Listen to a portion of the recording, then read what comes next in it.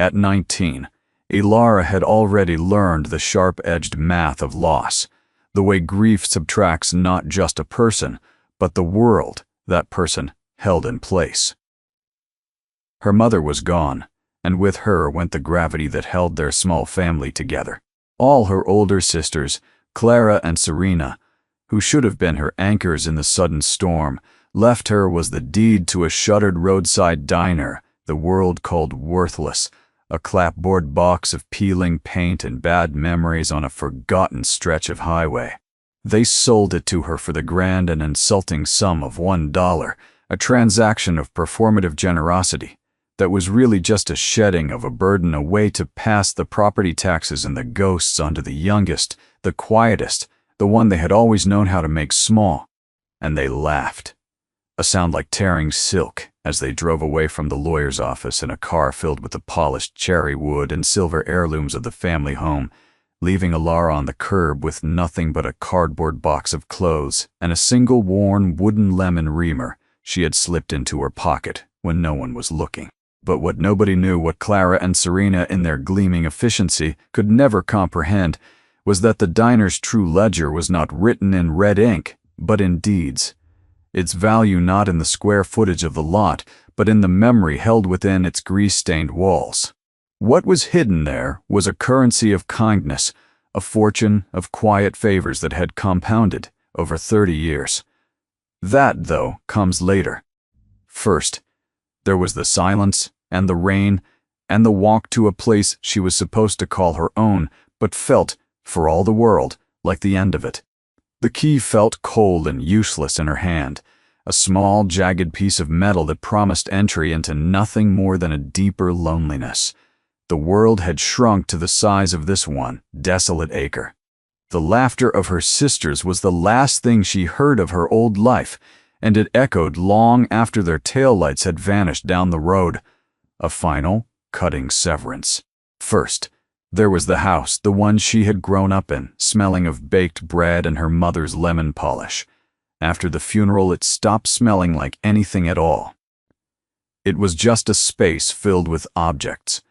And Clara and Serena moved through those objects like appraisers, their voices low and sharp, cataloging, claiming, dividing. Ilara sat on the bottom stair, the one that had always creaked, and watched them. Clara, the eldest, with her sharp suits and her sharper smile, held a clipboard. She tapped a pen against it, a rhythmic, impatient sound that set Ilara's teeth on edge. Serena, softer but orbiting Clara like a nervous moon, would pick things up, a porcelain shepherdess, a stack of linen napkins, and look to Clara for a verdict. A nod, and it went into the keep pile. A slight shake of the head, and it was destined for the estate sale. They never asked Ilara what she wanted. They assumed she wanted nothing, or that what she wanted did not matter. Her grief was a quiet, inconvenient thing in the face of their brisk, competent sorrow. They had cried at the funeral, perfect, contained tears. Now, they were all business. The will was simple, read by a man in a tired suit whose gaze kept drifting to the window. Lena, their mother, had left everything to be divided equally among her 3 daughters. The house. The savings account, which was smaller than Clara and Serena had hoped, a fact that drew a thin white line around Clara's mouth. And the diner, Lena's place. When the lawyer read that part, a weary sigh escaped Clara's lips. "The money pit," she said, not to anyone in particular. "What are we supposed to do with that relic?" Serena murmured something about selling the land. Maybe a developer would want it for the highway access, but Clara just shook her head. "It's a town. We'd be lucky to get scrap value after we pay the back taxes." She looked at Ilara then, a sudden, bright, predatory gleam in her eye. It was the first time she had truly looked at her all day. Ilara felt a cold knot tighten in her stomach. She knew that look. It was the look that came before Clara got what she wanted. The days that followed were a blur of boxes and packing tape. The sisters moved with a synchronized efficiency, emptying rooms, closets, memories. They took the heavy oak dining table where their mother had helped them with their homework. They took the silver-framed photographs from the mantelpiece. They took the worn, floral armchair where Lena used to sit and read, the impression of her body still faintly visible in the cushions. Ilara didn't fight them. She didn't have the words or the strength. She just moved from room to room, a ghost in her own history, touching the cool, empty spaces on the walls where pictures used to hang. She packed her own small box, a few changes of clothes, a handful of books, the worn copy of her mother's favorite cookbook, its pages softened and stained with fingerprints of flour and vanilla. The last thing she took was the lemon reamer from the utensil crock in the kitchen. It was made of pale, smooth wood, worn down by decades of her mother's hand turning it, again and again, to make lemonade for the diner. It was a simple, worthless thing. It was everything. The day the lawyer called them back, the house was already echoing and empty. Clara laid out the plan. It was, she explained, a kindness. They would sell the house and split the proceeds. They would split the savings. As for the diner, with its debts and its disrepair, it was a liability, a drain. But, she said, her voice dripping with counterfeit sympathy, she knew how much Ilara had loved spending time there with Mom. So they had an offer, a gift, really. They would sign the diner over to her. All hers, for $1. Serena shifted her weight, her eyes darting to the floor. She wouldn't meet Ilara's gaze. Ilara looked at the papers the lawyer pushed across the table. Her name was already typed onto them. She saw the figures for the outstanding property taxes, the utility shut-off notices. She saw the word ASIS underlined. It was a perfectly legal, perfectly cruel way of leaving her with less than nothing. It was a way to look generous while handing her an anchor and telling her to swim. "You don't have to," Serena whispered, so low, only Ilara could hear. Clara's head snapped toward her. "Don't be ridiculous, Serena. It's a wonderful opportunity for her, a little project." The words hung in the air, sterile and false. Ilara looked from Clara's polished smile to Serena's guilty shame. She thought of the diner, of the smell of coffee and frying bacon, of her mother's tired, happy face at the end of a long day. She thought of having nowhere else to go. She picked up the pen. She did not look at her sisters as she signed her name, her hand steady. She pushed the papers back across the desk. Then she reached into her pocket, pulled out a single crumpled dollar bill she'd been saving, and laid it on the table. "Paid in full," she said, her voice quiet but clear. For a fleeting second, she saw a flicker of something in Clara's eyes. Not triumph, but surprise, as if she'd expected a fight, or tears. The absence of them seemed to unsettle her more than any protest could have. Then, it was gone, replaced by the cool, smooth mask of victory. They left her there, in the lawyer's stuffy office. The finality of it was absolute. They took the house, they took the savings, they took the past, and they left her with a key to a ruin and the echoing memory of their laughter. Her mother. Lena was a woman carved from patience and flower dust. The town knew her as the owner of Lena's place, a fixture as constant and unassuming as the cracked pavement of the highway out front. They saw a woman in a faded apron, her hands chapped, her hair perpetually escaping its bun in wisps of gray and brown. They knew the taste of her coffee, which was strong and honest, and her pies, which were the kind of good that made you close your eyes. But they didn't truly know her. They saw the cook, the proprietor. They missed the woman. Ilara knew her. She knew the quiet sigh her mother gave at 5 in the morning as she tied on her apron, a sound not of weariness, but of readiness. She knew the way her mother's hands, rough as they were, could be impossibly gentle as they bandaged a scraped knee or kneaded a ball of dough. Lena never spoke of virtue. She just acted it out in small daily increments. Her operating philosophy was simple, and she had repeated it to Ilara so many times it had become a kind of catechism. "A full plate is a paid bill," she'd say, sliding a steaming platter in front of a trucker whose wallet had been stolen, or a teenager who had run away from home and was trying to look like they weren't hungry. She kept a running tab, but everyone knew Lena's tab was a place where debts went to be forgotten. Across the highway from the diner was a hardware store, a low, sprawling building that smelled of sawdust and metal and oil. It was run by a man named Arthur, whose face was a roadmap of wrinkles and whose hands were permanently stained with something that looked like rust. He had known Lena for 40 years. After Ilara had signed the papers, after she had stood on the curb and watched her sisters drive away, she found herself walking, not to the diner, but across the street to Arthur's store. The little bell above the door chimed a lonely sound in the afternoon quiet. Arthur was behind the counter, meticulously sorting screws into a wooden tray. He looked up, and his expression softened when he saw her. He didn't ask what happened. He seemed to already know. He just wiped his hands on a rag and pulled out a stool. "Sit," he said. It wasn't a question. Ilara sat for a long time. Neither of them spoke. The only sound was the metallic click of screws dropping into their designated compartments. Finally, Arthur stopped sorting. He leaned his elbows on the counter, his gaze fixed on some distant point beyond the dusty windows.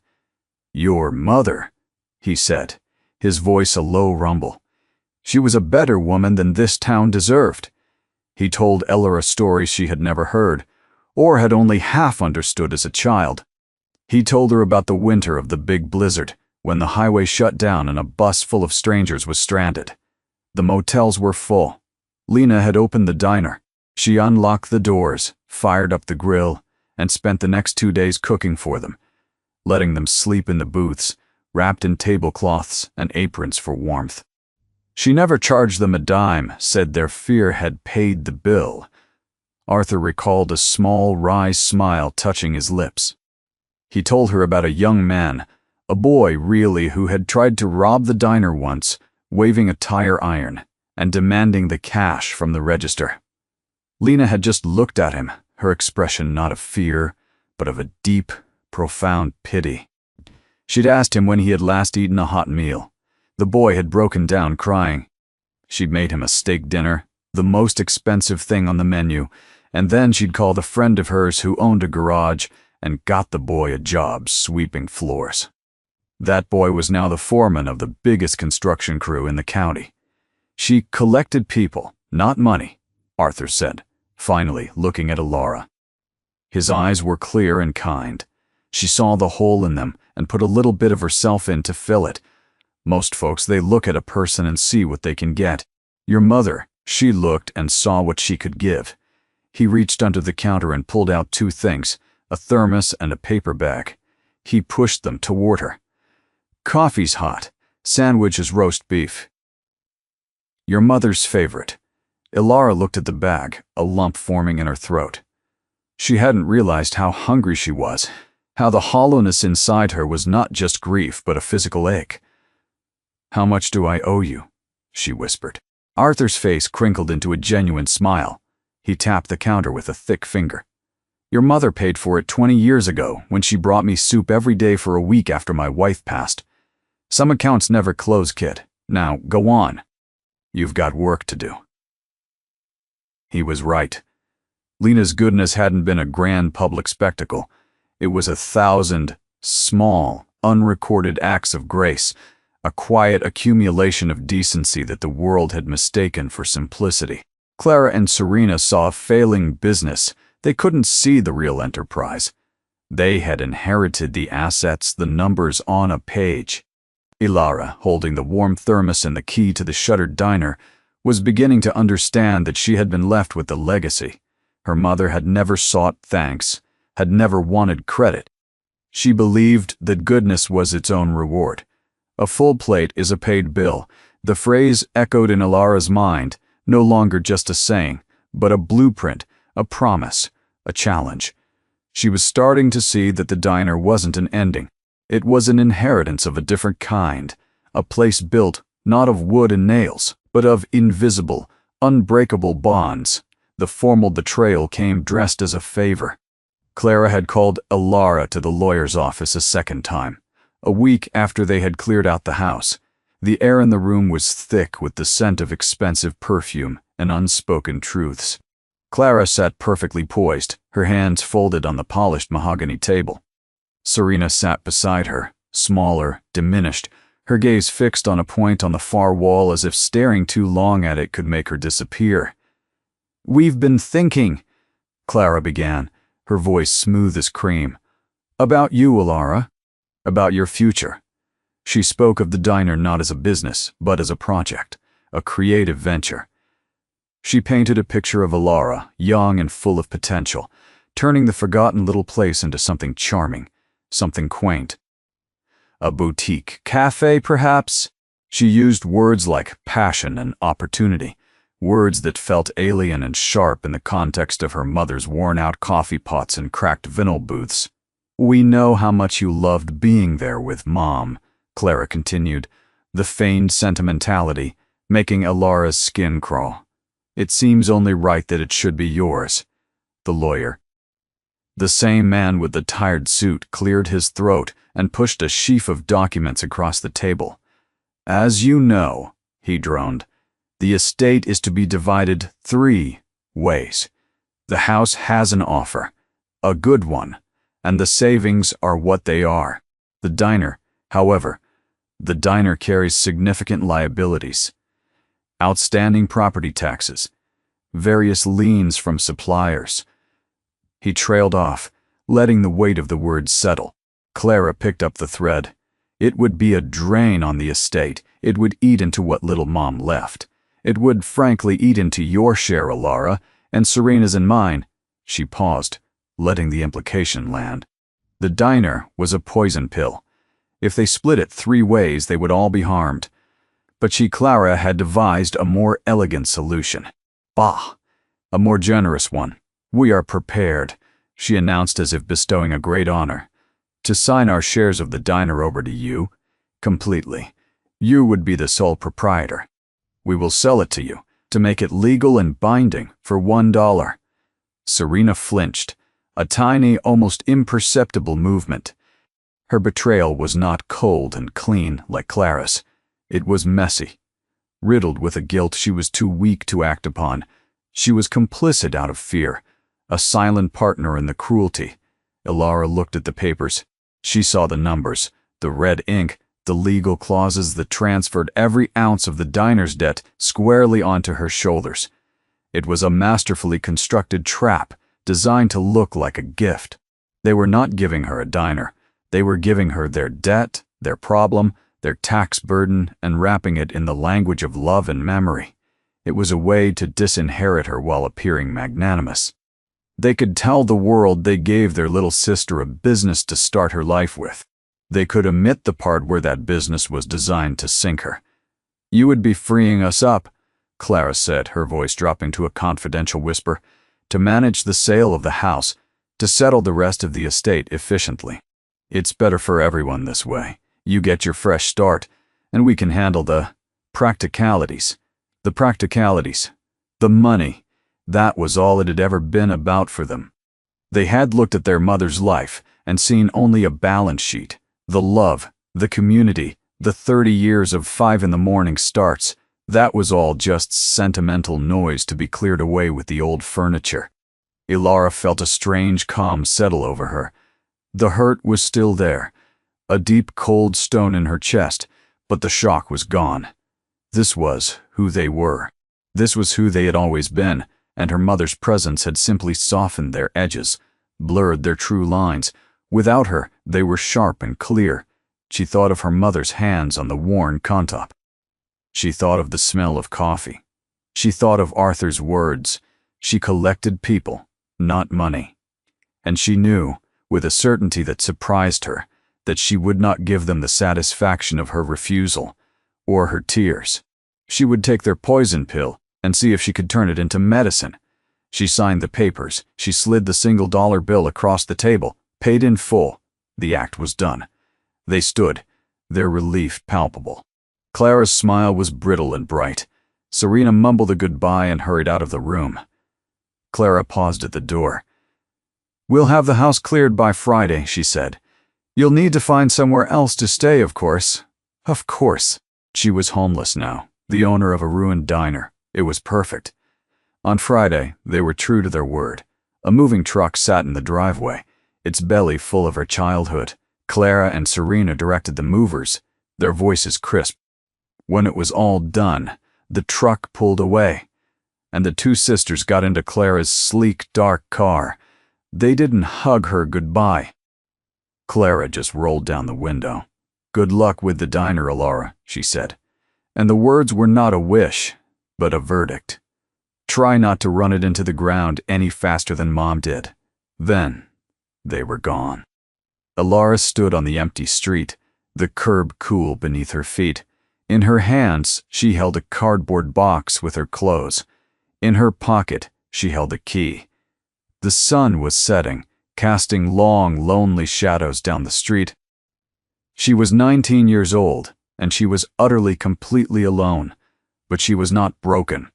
She turned her back on the empty house and started walking toward the highway, toward the peeling paint and the faded sign, toward the only thing in the world she had left.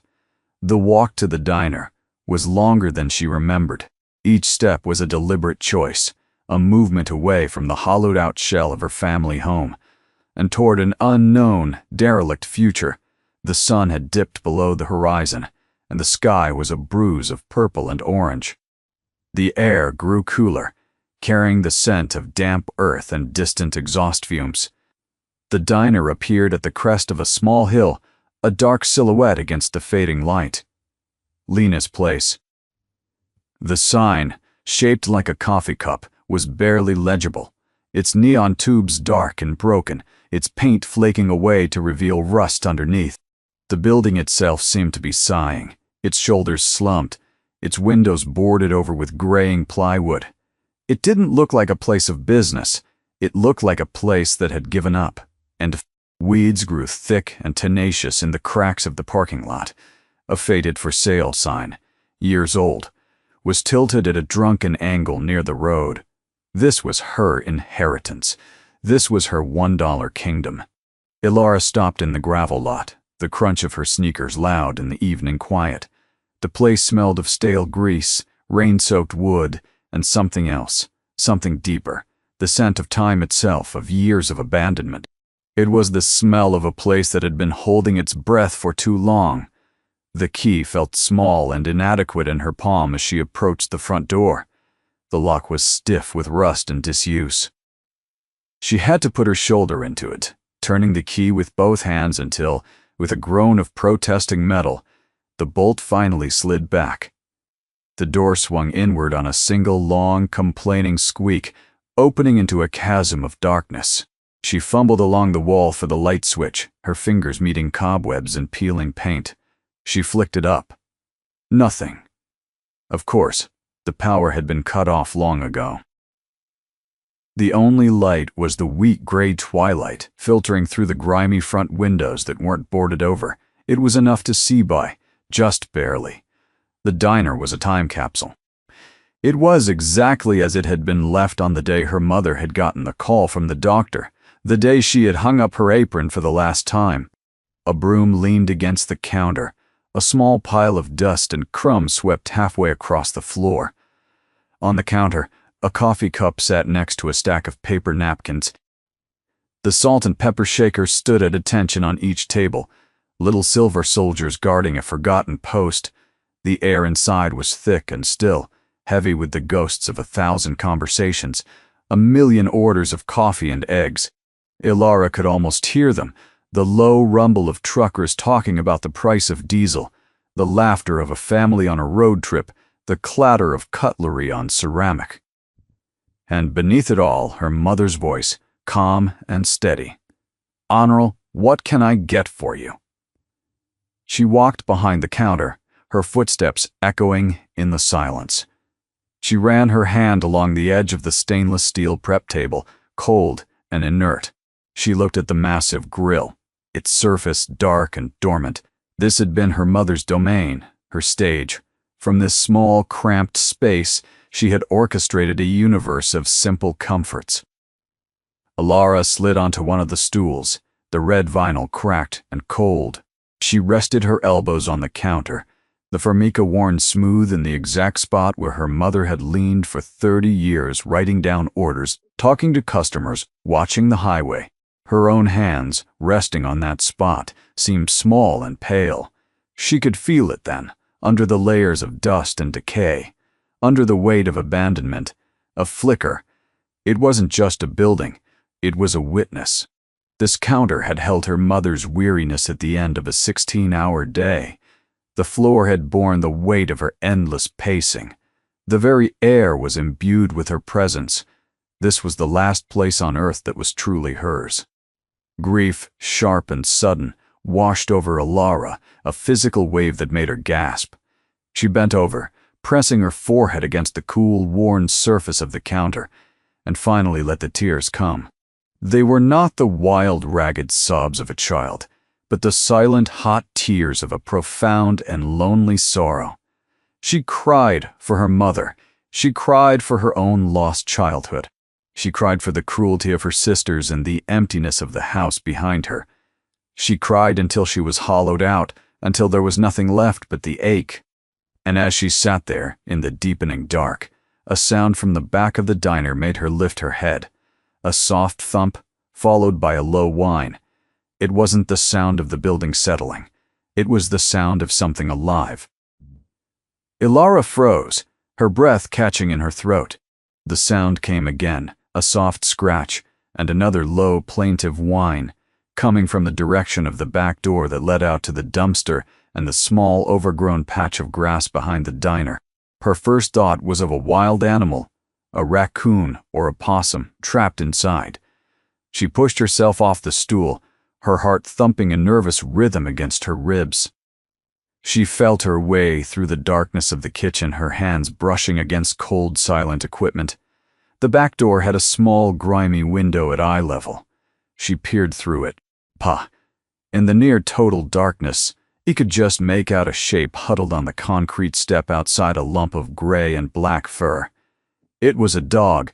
As her eyes adjusted, she saw the shape more clearly. It was an old dog, a big, scruffy mutt with a muzzle gone completely white with age. He was curled into a tight ball against the door, shivering slightly in the evening chill. He wasn't scratching to get in. He was just there, as if waiting. She remembered him. He was a stray, one of the nameless, placeless creatures that haunted the edges of the highway. Her mother had called him Gus. He'd started showing up a few years ago, a shadow at the edge of the parking lot, too timid to come close but too hungry to leave. Lena had started leaving a bowl of scraps for him by the back door every night. She never tried to pet him, never tried to leash him. She just fed him. "He's his own man," she would say. "He just needs a little help, same as anyone." And now here he was, keeping a silent, faithful vigil at a door that hadn't opened in months. He wasn't waiting for scraps. He was waiting for Lena. The realization hit Alara with the force of a physical blow. This old forgotten dog was the only other living creature who seemed to be mourning her mother. He was the only one who had stayed. She slowly, carefully, unlocked the back door. It creaked open, and the dog lifted his head. He looked at her with eyes that were cloudy with age, but full of a deep, ancient intelligence. He didn't bark. He didn't run. He just watched her, his tail giving a single tentative thump against the concrete. "Hey, Gus," she whispered. Her voice was rough. The dog whined softly and struggled to his feet, his back legs stiff. He took a hesitant step toward her, then another. He nudged her hand with his cold nose, a gesture of quiet recognition. He wasn't her dog, but he was her mother's dog, and in that moment, that was the same thing. She let him in, and he padded silently into the dark kitchen, his nails clicking softly on the linoleum. He made a slow circuit of the room, sniffing at the base of the cold stove, the empty corner where his food bowl used to be. Then he walked past her into the main dining area and lay down on the dusty floor right beside the stool where she had been sitting and let out a long, weary sigh. He was home. She wasn't alone anymore. The next morning, the bell above the hardware store door chimed as Alara walked in. Arthur looked up from his counter. "Figured you'd be by," he said. "Need a generator?" "I need everything," Alara admitted. "Cleaning supplies, light bulbs, a bucket." He nodded slowly, taking in her tired eyes and the determined set of her jaw. "Everything's a good place to start," he said. He began to gather things, moving with a slow, deliberate purpose.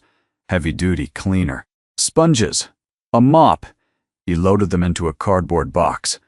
When he was done, he looked at her. "You ate?" She shook her head. He disappeared into a back room and came back with a thermos, a paper bag, and a large can of dog food.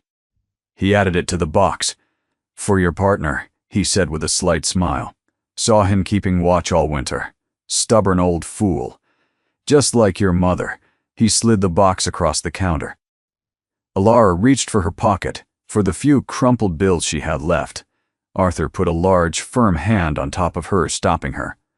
"I told you," he said, his voice gentle but firm. "Your mother's credit is still good here. It will always be good here. Family doesn't keep a tab." The word hung in the air between them. Family. He wasn't talking about Clara and Serena. He was redefining the word for her, right there in the quiet, dusty hardware store. Family wasn't blood.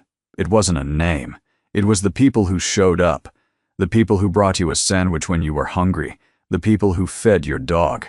He helped her carry the supplies across the highway. He didn't offer advice or ask prying questions. He just set the box down inside the diner door, gave a nod to Gus, who thumped his tail in response, and looked at Alara. "A place is just a place," he said, his eyes scanning the dusty, derelict room. "It's the hands that work it, that give it a soul. Your mother gave this place its soul. Don't you let it die." He turned and walked back to his store, leaving Alara in the doorway, the scent of bleach and fresh coffee mixing with the old, stale air of the diner. She had a box of supplies. She had a dog at her feet. She had a neighbor who believed in her. It wasn't much. It was a start. She looked at the broom, still leaning against the counter where her mother had left it. She picked it up. The wood was smooth and familiar in her hands. She took a deep breath and began to sweep, finishing the job her mother had started. The days that followed took on a shape, a rhythm of hard, solitary labor.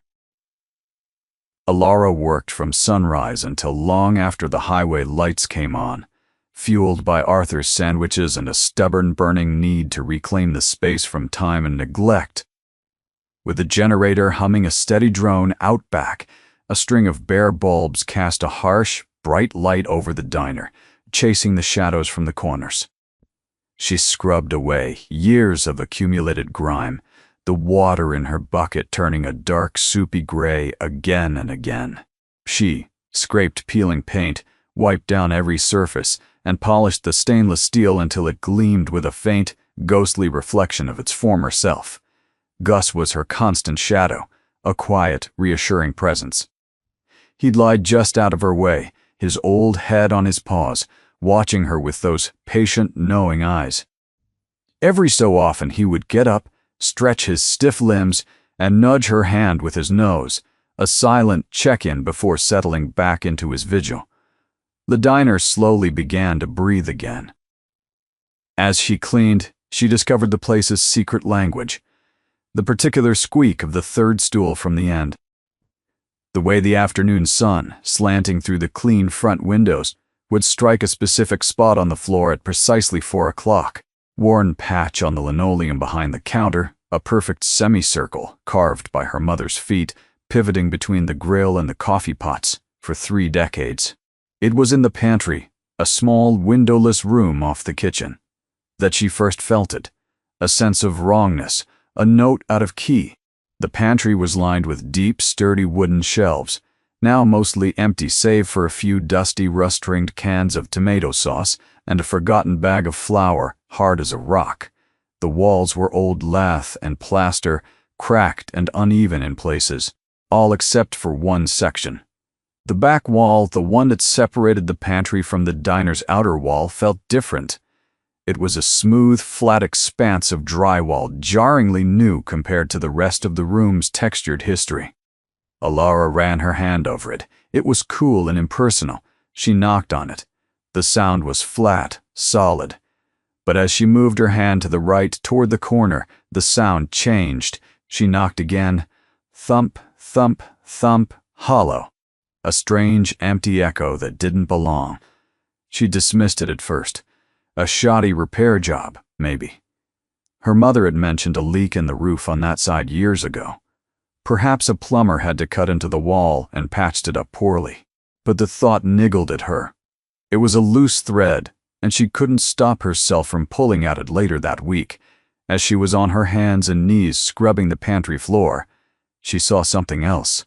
The old linoleum was a geography of wear and tear, its patterns faded and scuffed. But the scuff marks, the dark lines left by countless shoes and dragged boxes, told a story. Most of them led to and from the pantry door or fanned out in front of the shelves. But a distinct set of marks, deeper than the others, all converged on one spot.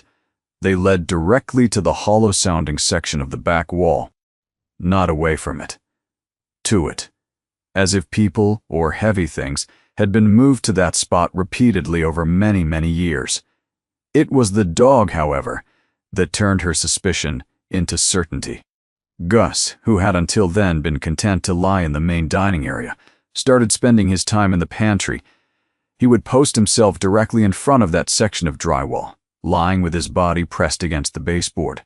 He wasn't sniffing at it or scratching. He was guarding it. He would lie there for hours, a silent, gray-muzzled sentinel, and if Alara came into the pantry to get something, he would lift his head and watch her, his gaze unwavering, until she left. It was his spot. And his spot was the anomaly. One evening, she stood in the pantry doorway watching him. The single bare bulb overhead cast a stark light on the smooth drywall and the old dog lying before it. An oiled hinge, a wall built wrong, an unfinished thing. The archetypes of secrets. Her mother had been a straightforward woman. She didn't have secrets. Or so Alara had thought. But this wall felt like a secret. It felt like something deliberately hidden, something sealed away. She knelt beside Gus and ran a hand down his back. He leaned into her touch, letting out a low rumble of contentment. "What do you know, old man?" she whispered. "What did she hide in there?" The dog just looked at her, his cloudy eyes seeming to hold the answer she couldn't yet grasp. The feeling was too strong to ignore. It was a hum beneath the surface of things, a story waiting to be read. The next day, she went to see Arthur. "Doll, I need a crowbar," she said, without preamble. He didn't ask why. He just led her to the back of the store, to a rack of long, heavy tools. He selected one, its metal end worn and scarred. "Sometimes," he said, handing it to her, "the only way to fix something is to break it open first." The crowbar felt heavy and purposeful in her hands. Back in the diner, the air was thick with anticipation. Gus stood beside her, his body tense, as if he understood what was about to happen. He let out a soft whine, a sound of encouragement.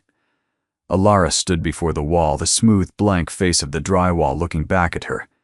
This felt like a violation, a desecration, but Arthur's words echoed in her mind. Sometimes the only way to fix something is to break it open first. She took a deep breath, positioned the flat end of the crowbar against the seam where the drywall met the corner, and struck the other end with the heel of her hand. The sound was a dull thud. She did it again, harder. A crack appeared. She pushed the wedge of the crowbar into the crack and leaned into it with all her weight. With a groaning tear, a section of the drywall pulled away from the studs behind it. The air that rushed out was not the smell of insulation and old wood. It was the smell of paper and leather and time, a dry, dusty, archival scent. She pulled away the rest of the broken drywall, her heart hammering. It wasn't a wall, it was a door, a false front. Behind it was a shallow, hidden cabinet built neatly between the wall studs. It was about 4 feet high and 3 feet wide, a space no deeper than a foot. And it was full. It was packed to capacity with dozens of identical, leather-bound books. They were old order-taking ledgers, the kind her mother used to write down tickets on with a carbon copy for the kitchen. They were stacked neatly, chronologically, with small, faded labels on their spines. 1985, 1986, 1987, and on, all the way to the last year the diner was open. Alara reached in and took out the first one. The leather was cool and dry, the cover embossed with the name of a restaurant supply company that had probably gone out of business decades ago. She opened it. The pages were filled with her mother's handwriting, a neat, slightly slanted cursive that was as familiar to Alara as her own reflection. At first glance, it looked exactly like what it was supposed to be, a record of food orders. BLT. No mayo. 2 eggs over easy, side of bacon, cheeseburger deluxe, extra pickles.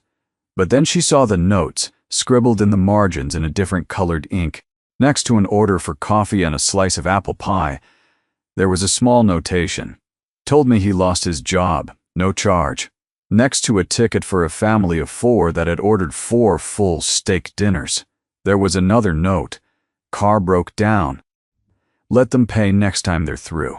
Filled their gas tank. She flipped through the pages, her bewilderment growing. It was all there. Page after page, year after year. It wasn't just a record of sales. It was a secret history. A meticulous hidden accounting of every act of kindness, every quiet favor, every uncollected debt of gratitude her mother had extended over 30 years. The 12th of December, 1988, fixed the Miller boy's tire after he got a flat out front. Cost: 1 new tire from the garage, paid with. 2 bacon cheeseburgers and a promise to check on his grandma. The 3rd of February, 1992. Paid for Mrs. Gable's prescription at the pharmacy. She'll pay me back when she can. Told her not to worry. The 21st of July, 1997. Gave the Henderson family $200 for a bus ticket back to Ohio. After their car was repossessed, they left their spare tent as collateral. I told them to keep it. The ledgers were filled with it. It was a breathtaking, staggering record of her mother's hidden life. This was her real work.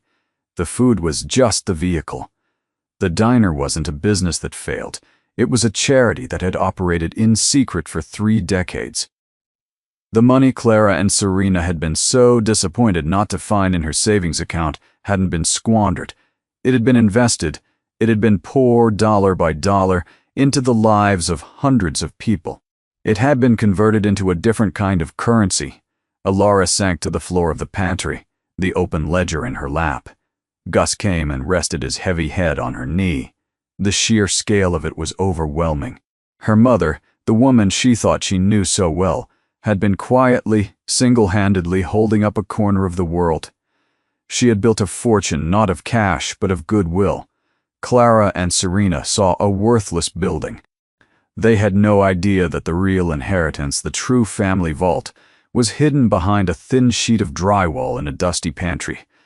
Alara looked at the rows of ledgers still sitting in the hidden cabinet. They were a library of grace. They were the story of a life well lived, and she was now their sole keeper. The weight of it, the beauty of it, was immense. This place wasn't a ruin. It was a monument. And the foundation was made of something far stronger than concrete and steel. If you have stayed with this story this far, if you have sat in the dust with a forgotten girl and a faithful dog, if you have felt the chill of the empty diner and the warmth of a neighbor's kindness, then stay a little longer. Stay for the turning of the page. 'Cause what happens next, what was found in the last of those hidden books, is the part I have been waiting to tell you. It is the part where a quiet legacy finds its voice, where a debt of goodness is called due, and where a daughter finally understands the true inheritance her mother left behind.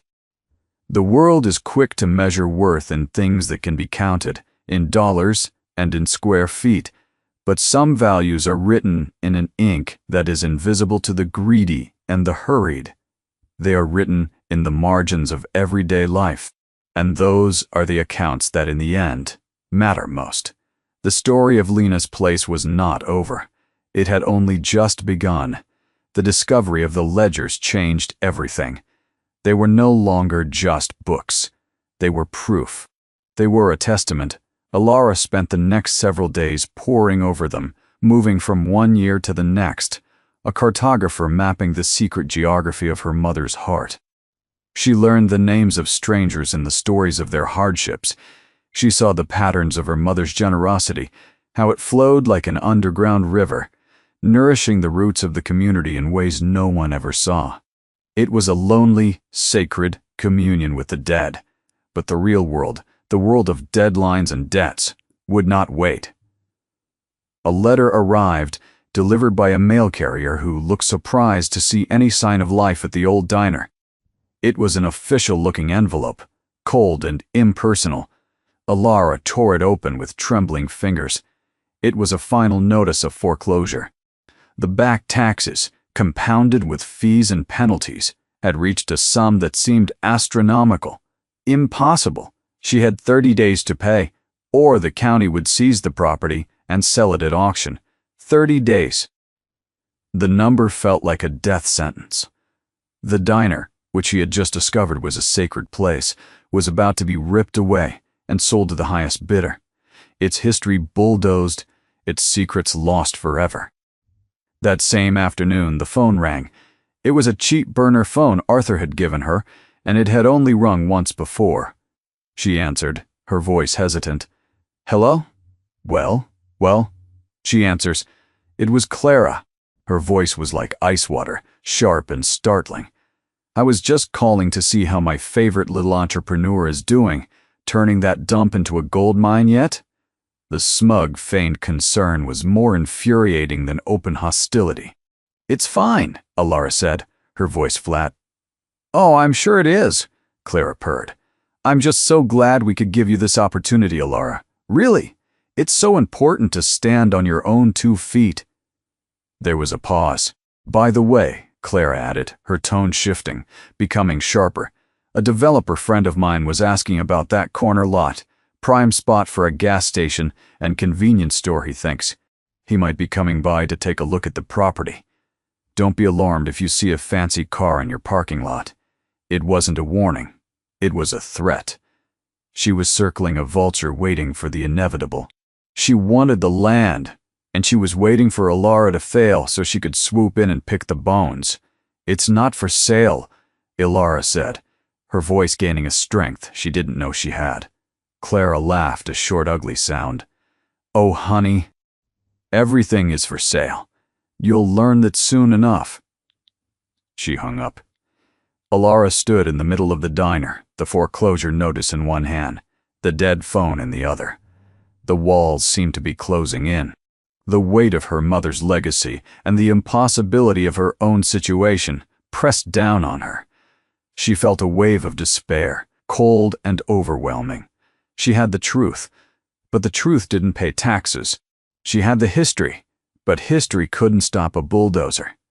She retreated to the pantry, to the hidden cabinet, the source of it all. She ran her hand over the remaining ledgers, her last connection to her mother's strength. There was one book left she hadn't looked at closely. It was the very last one from the final year.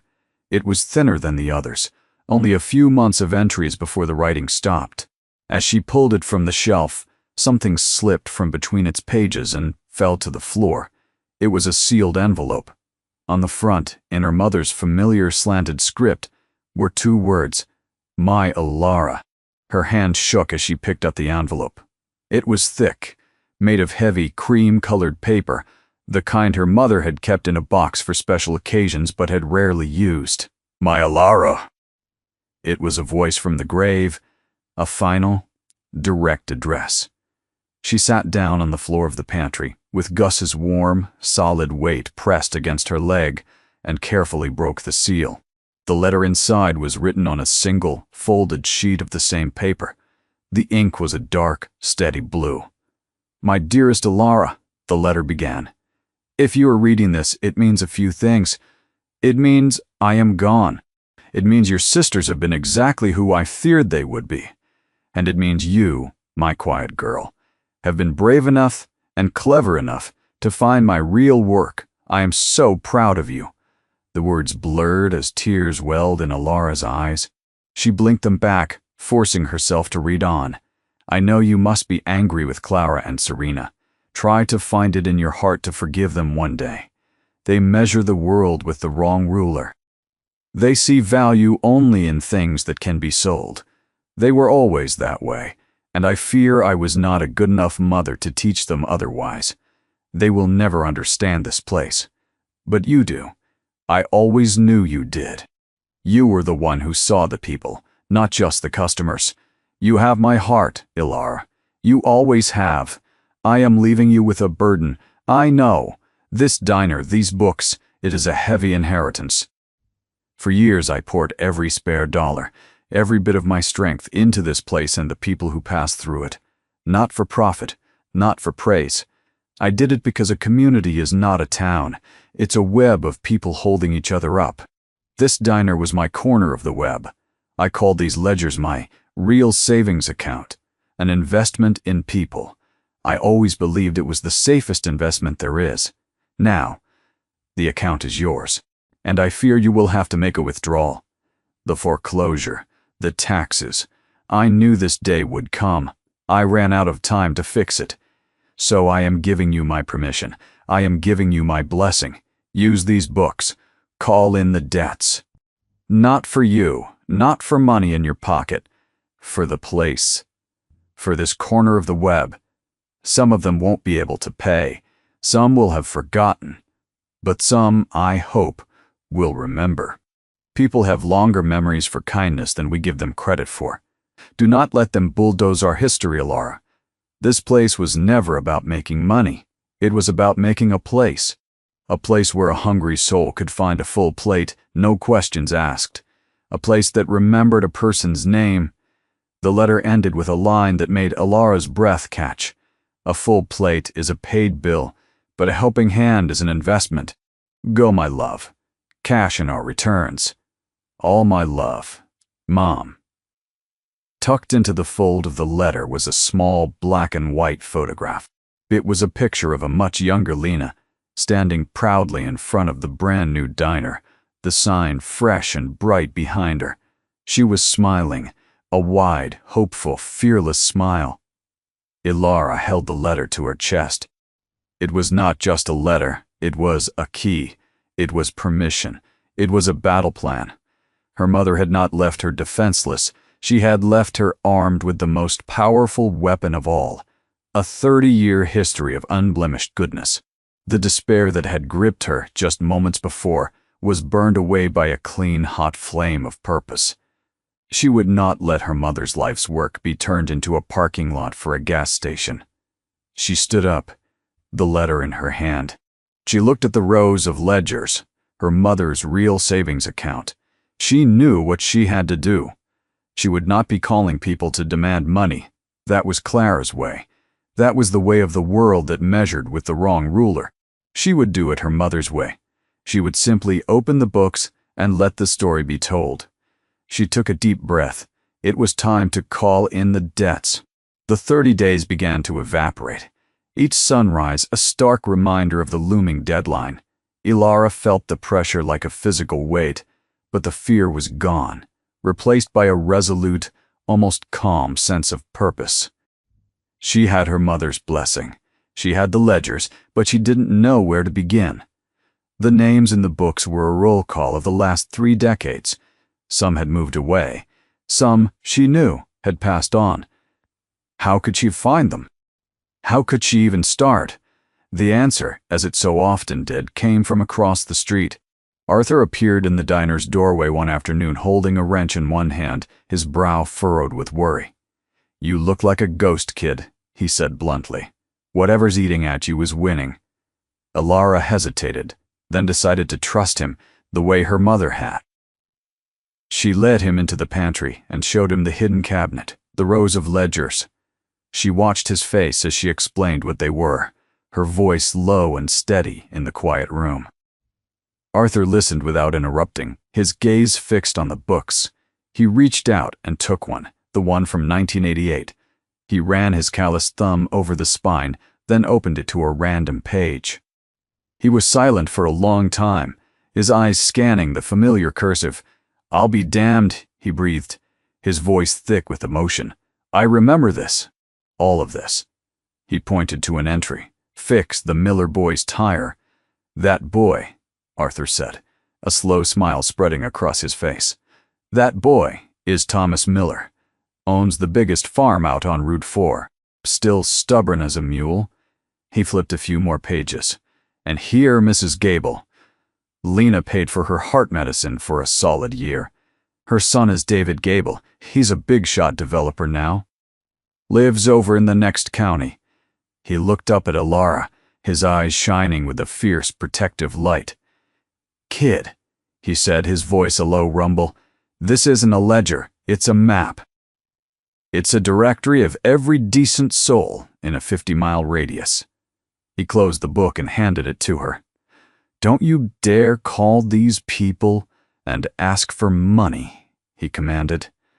"That's not Lena's way. You just show them. You just remind them." He took the 1988 ledger from her hands. "Let me borrow this one," he said. "I need to go see a man about a tire." The next day, a dusty pickup truck pulled into the diner's parking lot. A large man in his late 40s, his face weathered by the sun, got out and walked to the door. He peered in, looking uncertain. Alara opened the door for him. "Can I help you?" she asked. The man twisted a dusty cap in his hands. "Are you Lena's daughter?" he asked, his voice deep and quiet. Alara nodded. "My name is Thomas Miller," he said. "Arthur showed me something yesterday. A page from a book." He looked around the diner, at the clean but worn interior. "Your mother. She fixed my tire once. I was 16. I was a stupid kid, and I had a flat, and I had no money. She didn't just feed me. She made sure I got home safe." He paused, swallowing hard. "I never paid her back for that tire. I meant to, but life gets in the way." He looked directly at Alara, his gaze clear and steady. "What does a new roof for this place cost?" And so it began. The next day, an electrician showed up, the son of a man whose medical bills Lena had quietly helped pay. Then a plumber, a woman whose father had been given a job by Lena after losing his own. They came not with money, but with toolboxes and willing hands. They were the dividends from her mother's investments, a silent army of gratitude mustered by a single page from a book. The diner, quiet for so long, was now filled with the sounds of work, the whine of a saw, the tap of a hammer, the low murmur of people sharing stories about the woman who had helped them all. They were repaying their debt to Lena by rebuilding her legacy for her daughter. The climax arrived on a bright, cold Tuesday, with 1 week left before the foreclosure deadline. A sleek, black sedan, the kind that looks like it cost more than a house, pulled into the lot. Clara got out of the passenger side, dressed in a sharp-tailored coat. Serena followed, looking pale and anxious. From the driver's side emerged a man in an expensive suit, his face confident and appraising. David Gable, the developer. Clara strode toward the diner, a triumphant smile on her face. She was here to show the developer the prime commercial lot, to close the deal on the ruins of her mother's life. She pushed open the door and stopped dead. The diner was not empty and derelict. It was humming with life. The lights were on. The air smelled of fresh paint and sawdust. A half-dozen people were working, painting walls, fixing wiring, sanding the old wooden counter. Clara's smile faltered, replaced by a look of stunned disbelief. David Gable stepped in behind her, his eyes taking in the scene. He saw the people working. He saw Alara standing behind the counter, holding an open ledger. He saw Arthur, who simply nodded at him. Gable's professional, detached expression softened. He walked over to the counter. "Are you Lena's girl?" he asked, his voice much gentler than his suit suggested. Alara nodded, her heart pounding. "My mother," he said, his voice low, "was Eleanor Gable. She told me about this place. She told me what your mother did for her for years." She made me promise that if I ever had the chance I would pay it back. He looked from Alara to the ledger she was holding, then back to Clara, whose face had gone rigid with fury and confusion. He pulled a checkbook from his jacket pocket. He didn't ask how much was owed. He simply wrote, his pen moving swiftly across the paper. He tore the check out and slid it across the counter to Alara. It was for the full amount of the back taxes, with a great deal more besides. "Oh, that's a down payment," he said, "for my mother's account. It's paid in full." Then he turned to Clara, his face now cold and hard. "This place," he said, his voice ringing with authority through the now silent diner, "is a landmark. It's a testament, and it is not for sale." He looked at the worthless offer he held in his hand, the one Clara had so proudly presented to him. He tore it in half, then in half again, and let the pieces flutter to the floor. "You should be ashamed of yourself," he said to her, his voice quiet but cutting. The public humiliation was absolute. The community had not forgotten. The ledger had spoken. The debt was paid. Clara stood frozen for a moment, the torn pieces of her deal scattered at her feet like confetti at a funeral. Her face was a mask of disbelief, slowly cracking to reveal the raw, ugly fury beneath. The people in the diner had stopped working and were watching, their expressions a mixture of pity and contempt. She had underestimated everyone. She had underestimated the power of her mother's quiet goodness, the length of the community's memory, and most of all, she had underestimated her quiet, overlooked little sister. Her gaze fell on Alara, and it was filled with a venom that was startling in its purity. "You," she hissed the word a small sharp dart. "You did this." Alara didn't flinch. She just stood her ground behind the counter. That was her mother's, that was now hers, and met her sister's glare. She didn't need to say a word. The humming life of the restored diner, the presence of the people who had come to its aid, the check lying on the counter, it all spoke for her.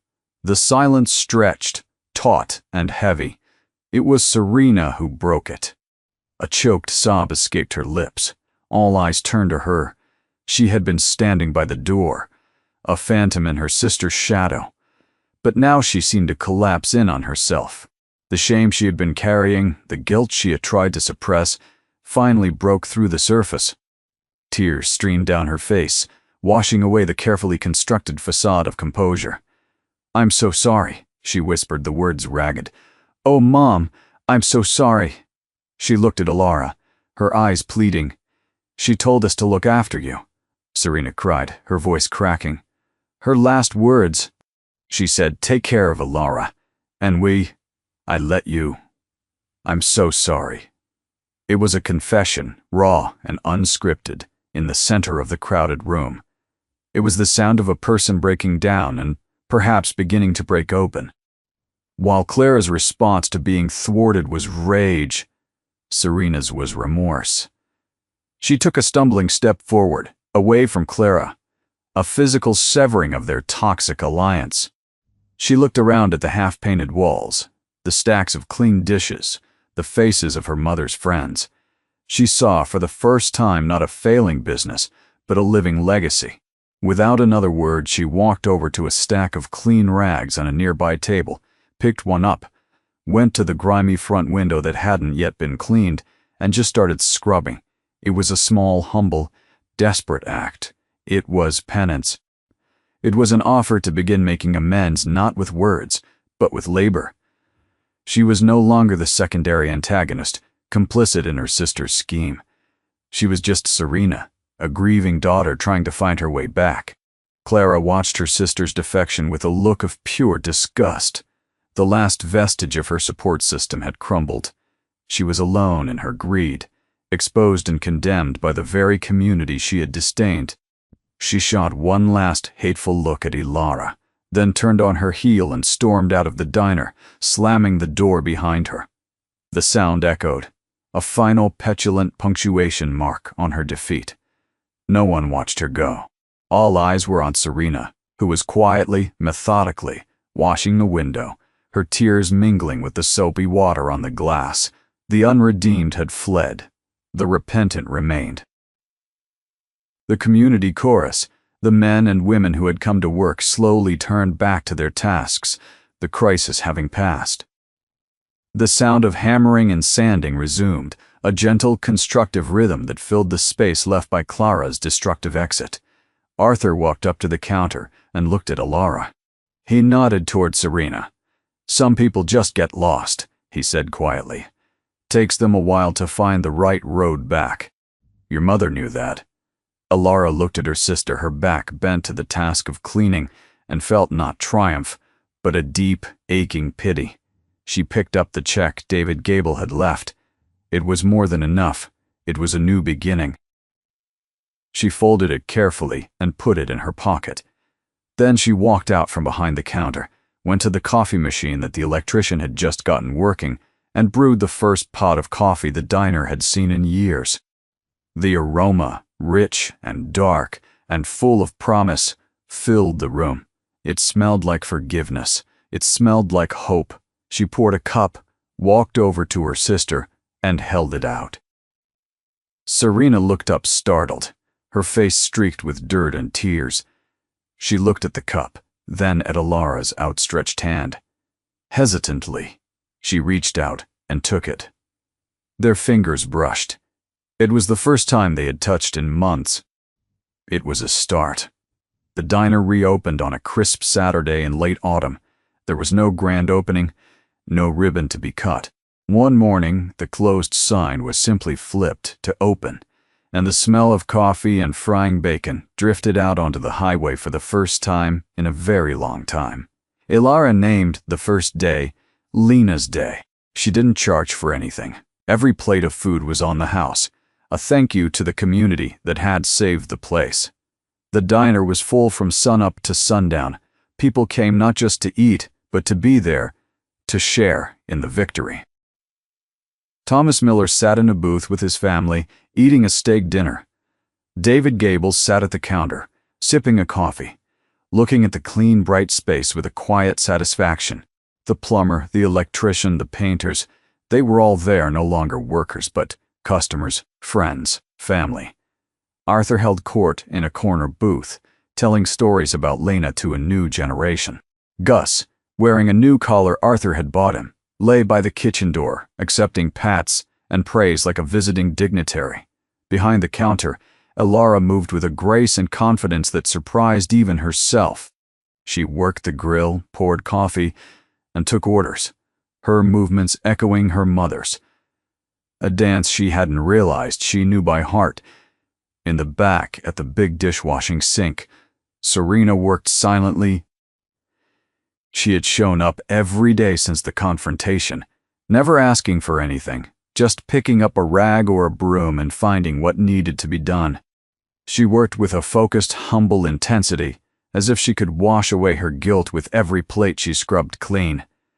Alara paid her a fair wage, which Serena tried to refuse, but Alara insisted. It was not forgiveness. Not yet, but it was a path.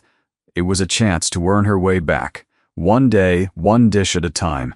The money from David Gable had cleared the debts and provided a cushion to restock the pantry and pay the bills. Alara refused to take any of it for herself. It belonged to the diner. It was the place's money, not hers. She had learned from her mother that true wealth wasn't in an account. It was in a full pantry, and the ability to give a free meal to someone who needed it. The greedy had been exposed, and meaning had been chosen over money. The found family, the one Arthur had spoken of, had cohered. It was a family bound not by blood, but by shared history and mutual aid, a web of connections her mother had spent a lifetime weaving. Alara was no longer the lonely, overlooked girl. She was the keeper of the flame, the proprietor of Lena's place, a vital part of the community that had embraced her. The diner became what it had always been meant to be, not just a place to eat, but a center of gravity for the town, a place to gather, to talk, to connect. The truckers came back, their big rigs filling the parking lot. The locals made it their morning coffee spot. Everyone had a story about Lena, and they shared them with Alara, filling in the gaps of her memory, painting a fuller portrait of the woman she had so loved. In the pantry, the hidden cabinet remained. The ledgers were all back in their place, a silent, powerful library of goodwill. They were a reminder, a constitution. Alara found she didn't need to consult them. Their lessons were now written on her heart. The days settled into a comfortable routine. The 5 a.m. starts, the familiar weight of the coffee pot, the sizzle of eggs on the grill. Alara felt her mother's presence not as a haunting, but as a quiet, steadying guidance. She was not just repeating her mother's actions, she was continuing her mother's work. The grief for what was lost was still there, a soft ache in the quiet moments, but it was no longer a crippling weight. It had been transformed into purpose. The loss had been made bearable because it had been made meaningful. One evening, after the last customer had left and Serena had quietly departed for the small room she was renting in town, Alara was wiping down the counter. Arthur came in, as he often did at the end of the day. He sat on his usual stool. "She would be proud of you, kid," he said, his voice soft. "Prouder than you know." Alara smiled, a real, genuine smile. "I know," she said. And she did. She looked around the warm, clean, quiet diner. The lights hummed. Gus snored softly by the door. On the counter, next to the register, sat a small, worn wooden lemon reamer in a glass, a silent testament to a legacy passed on. This was home. Winter came, blanketing the highway in a soft, forgiving layer of white. The neon sign, which Thomas Miller's cousin had repaired for the cost of a few pies, cast a warm, welcoming glow over the snowy parking lot. Inside the diner was an island of warmth and light. Business was steady, not booming, but enough. Enough to pay the bills, keep the pantry stocked, and keep the coffee hot. Alara had found her rhythm, a life of simple, meaningful work that filled her days and quieted her heart. Serena was still there, still quiet, still washing dishes. But the frantic, desperate energy was gone, replaced by a sort of calm. She and Alara had started talking more, not about the past, but about small things. The weather, a funny customer, the best way to get a stubborn stain off a pot. They were rebuilding, one fragile sentence at a time. One snowy, wind-swept night, long after most folks were home, the sound of a car sputtering and dying echoed from the highway. A few minutes later, the diner door opened, and a young couple with 2 small, sleeping children bundled in their arms stumbled in their faces, numb with cold and worry. Their car had broken down. They had no money for a tow truck, let alone a motel. They looked lost and afraid. Alara saw them, and in their faces she saw a reflection of 100 stories from her mother's ledgers. She smiled a warm, genuine smile. "Come on in out of that cold," she said, her voice the calm, steady anchor they needed. "The booths are warm." She led them to the corner booth, the one Arthur claimed as his own. She brought them blankets she kept in the back, the ones Lena had used for the stranded bus passengers during the blizzard all those years ago. The husband and wife huddled together, their relief palpable. Alara went back into the kitchen. She didn't ask them what they wanted. She knew. She fired up the grill and made 4 grilled cheese sandwiches, the bread thick and buttery, the cheese melting perfectly. She heated milk on the stove and whisked in chocolate, filling 4 mugs with steaming hot cocoa, topped with whipped cream. She carried the tray out to the booth. The parents looked up at her, their eyes full of a gratitude so profound it needed no words. The children, now awake, stared at the food with wide, sleepy eyes. "On the house," Alara said. Before they could even ask, "Eat up." She left them to their meal and went back behind the counter. She pulled out a brand new, clean ledger, the first one she had started for herself. She clicked the end of her pen. Under that night's date, she made her first entry, her handwriting neat and clear, so much like her mother's. The entry didn't list food items or prices.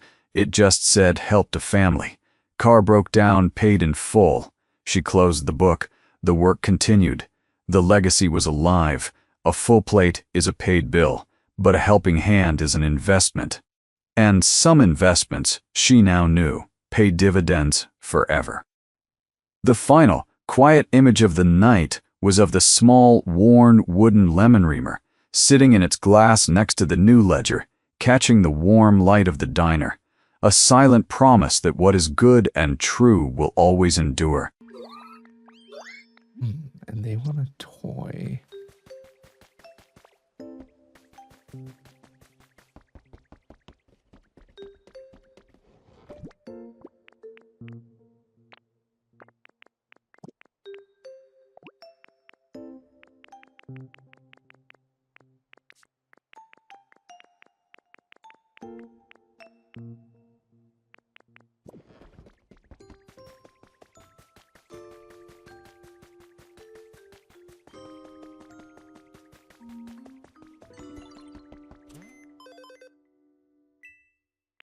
Okay, this one is different kinds of flowers in bloom.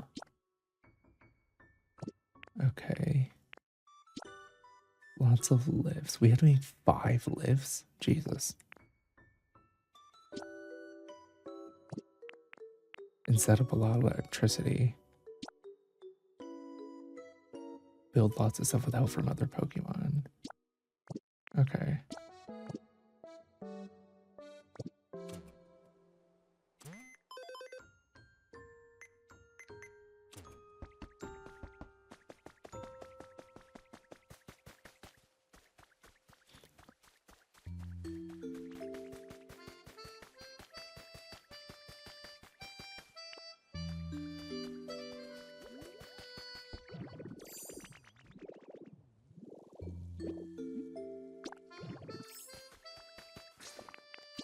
Let's go check out the Skylands.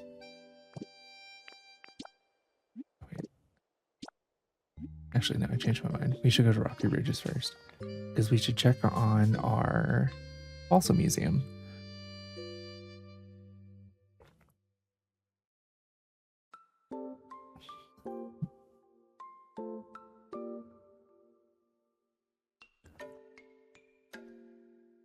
Not you having vacation homes.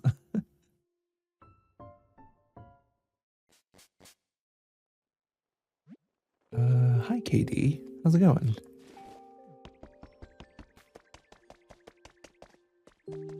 Okay.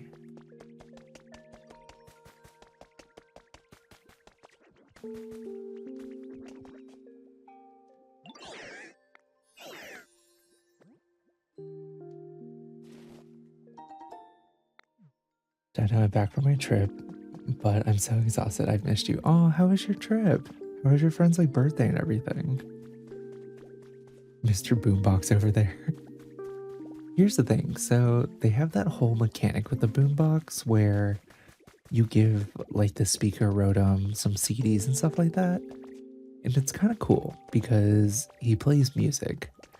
The only problem is that some of the music is really annoying.